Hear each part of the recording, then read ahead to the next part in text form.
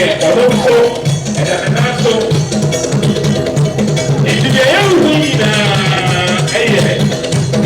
nananom ɛde kura abrɛ nana kɔgya ntɔm wɔte ahodwo ɛna ɛyɛ ɔwunyere wɔte ahodwo ɛna bia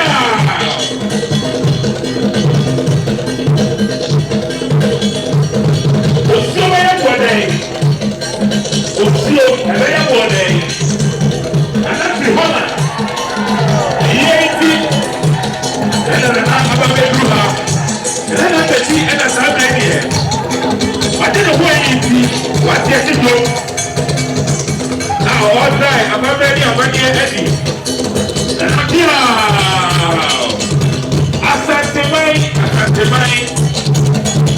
ɔkena ɔda yɛ no ɛno no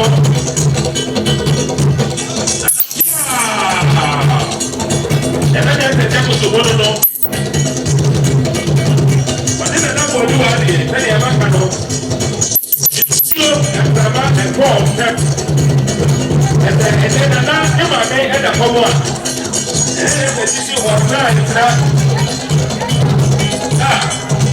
nananom nyinaa se ɛna Juu Tv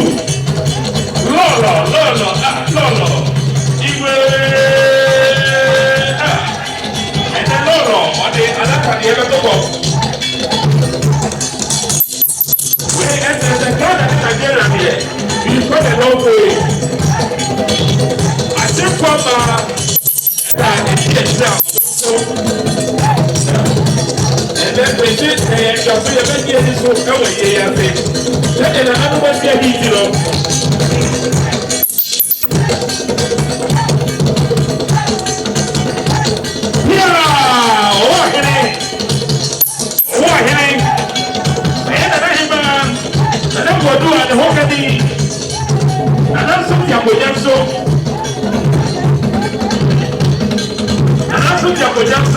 me pacho ye brother baako so wa ha say ah won ye ne no atwetwe enkomo because me nim sam aye anti na wo ba bebo ni din a che na wa tia na dofo na wa ka bibi kakra a che me pacho baba wo di ma akwa baba Juu TV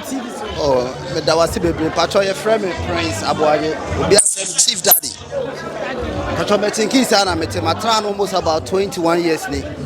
me de Milton Keynes ada me baby aye na hemaa so no ye hemaa aye ya chem from your chini na hemaa ye anti na wo ha say e wani abre papa ye bikoja no e wo Ghana ma ne koye o maame ayie asan e wo ha enso de na me yi paso hen na hemaa ye obi a ene na ye de san ya che o ye dipa bebre ena e fa ne se ne yam su ye bibia kutara na hemaa na busa na o de ma enti ne bibi se ya to nani a ente se ye tena fie ne ye de enti metutu mi na ye de aba hanom eba beja no ama na be de ama no so no ya be sum ne maame ye de achi na bibia ye de atatu die me ba ya me kutara bone na hemaa nkire ye wa ha yo ya beda wase anua press ene wo be chia adofo kakra ama ye e wa Ghana wo mo hu wa chese oh eye mi free achembegro mi san free achemesunafo ni nyina wo kwa bibrem eye enche dikan ekoma me maame o Germany eye oba for sti tutua me chia me na be man so me maame papa o begro achembegro e fa no pani James Osafo ono so me chia no bebre ena me chia me ofa no nyina me maame kuma no me maame panifo ene me nafofo Milton Keynes ye nyina aseda dikan biom so koma me yire ene me mba wa me yire oni ha mo ndie bet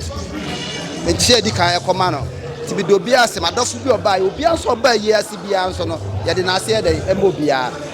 inya ne se de be ye bia Nyankopon ye den nyam ye dan ye dikan na be twato o nhira obia ba bia wo se ne bia nyam be ye de ye be show mu eti no ene no ofu busa me a na kakra me wa yo wati enua press ya beda wase ama wakọ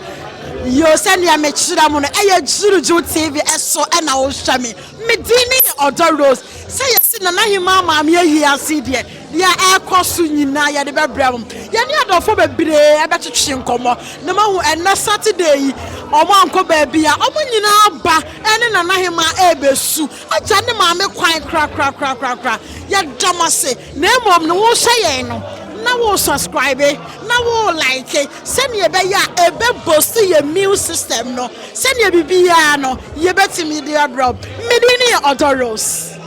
no ama for send ya me no mo eka no ye nya ye ma me ba ko wo ha ono so obejam na hema enti obebo ne di no waka bibi kakra e de akire na amaye ma me ba cho obebo odi kakra ba cho me de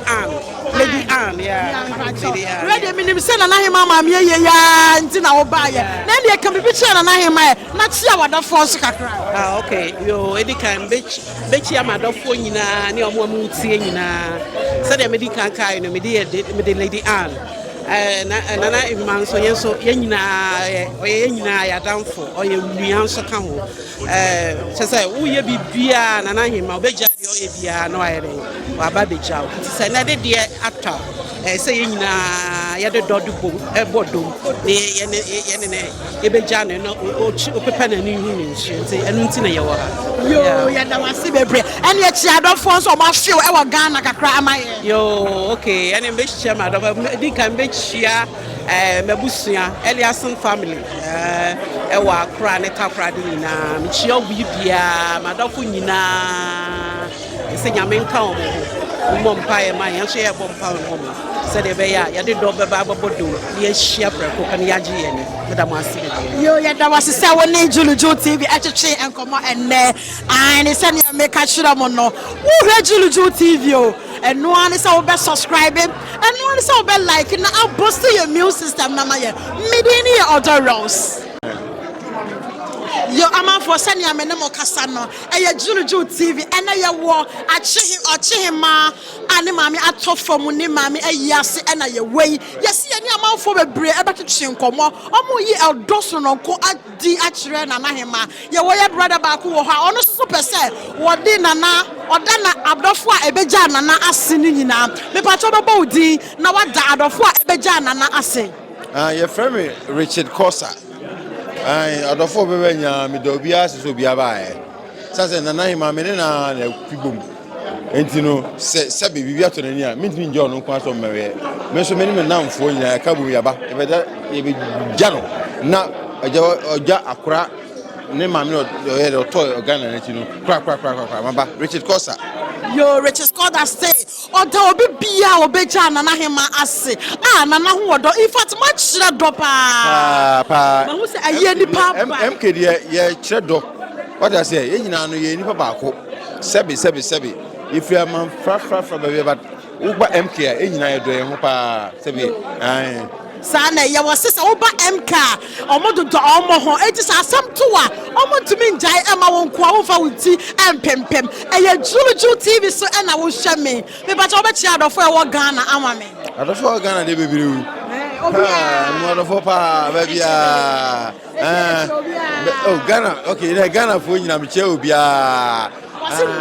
wasn't adofo doso eno ntino ontimi nja ontimi yiyi anything what ya obi biara ene ye da wase se woni Juu TV e kasa Juu TV mo de mo nya de pa right yo yate me pa wo share no na wo subscribe na wo like your page no na mo subscribe ya eno na e boost your immune system no me pa medini ye odoros your brother back wo ha ye ne e betwetwe nkomo na wa chia adofo so amaye me pa brother ye mo akwa baba Juu TV me ba da wase yo ene ye ni bisa na hema aye nti ena wo ha se na wo be chia adofo e wo Ghana no ma wo se na Saturday yi wa nko ba bia na emom wo be so wo be ja na hema aye ebe chia Ghana fo nyina ene omo hwe Juu TV nyina e do ma se ene aja ohwa omo hwe ni ade ene de me wa ha no mo a nana hema o ma me aye etina me wa ha no nana o ya me nana prekope nana hema ya me ma me nana hema ya me ma me eti nana hema de se o ma me da fom a ana me nana da fom a minti trafie ne mani abra nkasa pa mani abra yo ya da wase se woni ye etwetwe nkobo ama for what wo se nana hema ne ma me da fom a ontumi ntina fie eno na me ka hira won se wo hu sa wo dofo ensa ka e wo se wo ne no ebom na esuna emo wo se wo dofo esra wo ne nyina bebom asere wo se won timi ntina fie eni ti na wo ha se Juu TV de en brefa